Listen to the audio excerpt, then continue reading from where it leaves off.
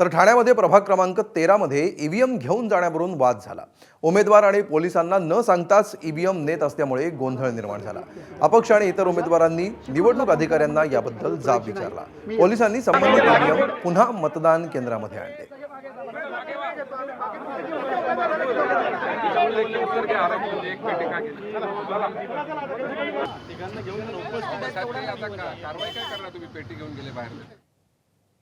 तर मुंबईच्या भांडूपमधल्या आदर्शनगर परिसरामध्ये शिंदेंची शिवसेना आणि ठाकरेंच्या शिवसेनेच्या कार्यकर्त्यांमध्ये जोरदार राडा झाला। दोन्ही पक्षाचे पदाधिकारी एकमेकांच्या समोर आल्यामुळे त्यांच्यामध्ये जोरदार बाचाबाची झाली। त्यानंतर पोलिसांनी हस्तक्षेप करून वातावरण शांत केले।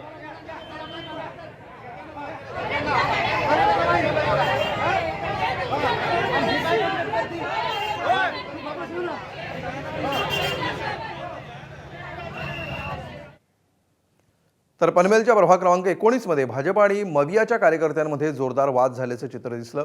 मवियाच्या एका कार्यकर्त्यानं एका व्यक्तीवर दुबार मतदानाचा आरोप केला। तसंच या व्यक्तीला लॉकअपमध्ये टाका अशी मागणीही करण्यात आली।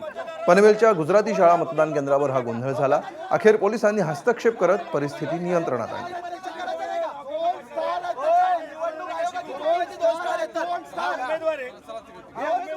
हे उमेदवार लोकांना त्रास देणार, हे हॅरेसमेंटसाठी हॅरेसमेंट करतात। फक्त न्यूसेन्स व्हॅल्यू क्रिएट करायची अशा माणसाने प्रत्येक बूथ मध्ये जाऊन त्रास देतो माणूस।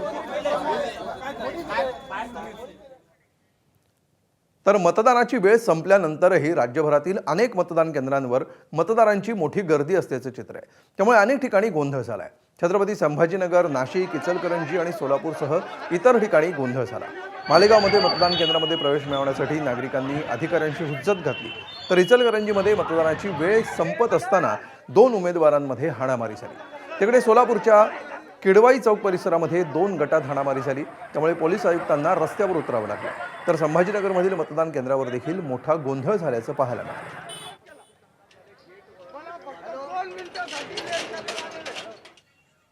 तर मालेगावमध्ये एका मतदान केंद्राला लागून असलेल्या घरामध्ये 800 पेक्षा जास्त मतदान कार्ड सापडले।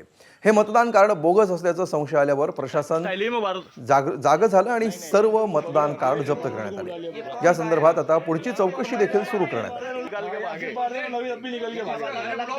आपने यहाँ क्या देखा? एक मतदान एक मिनट हाँ, आसिफ बारदान यहाँ पे था और नवीद था। तर अहिल्यानगरच्या प्रभाग क्रमांक 3 मध्ये सुद्धा बोगस मतदानावरून राडा झाला।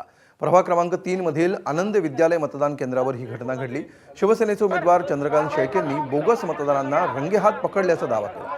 त्यानंतर मतदान केंद्राबाहेर शिवसेनेच्या समर्थकांकडून जोरदार घोषणाबाजी करण्यात आली। त्यानंतर मतदान केंद्राबाहेर पोलीस आणि उमेदवारांच्या समर्थकांमध्ये खडाजंगी देखील झाली।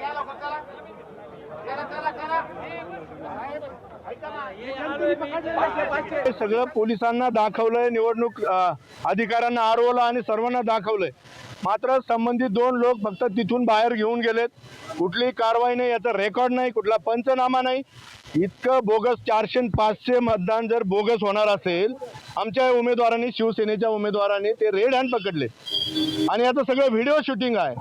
एवढं सगळं असताना जर त्यांच्यावर कारवाई करायच्या ऐवजी जे पकडतात, जे ही प्रक्रिया सुरळीत व्हावी याच्यासाठी प्रयत्न करतात, ते उमेदवार त्या कार्यकर्त्यांवर जर दडपशाही होणार असेल तर मग कशाला घेता निवडणुका? गुंडाळून ठेवा आणि डायरेक्ट तुमचे उमेदवार तुम्ही जाहीर करून टाका की यांचाच अधिकार आहे लोकशाहीत, बाकी त्यांना अधिकार नाही। काय चाललंय? अहिल्यानगर तर बिहार नाही, बिहारच्या पुढची परिस्थिती केली आहे। एबीपी माझा, उघडा डोळे बघा नीट।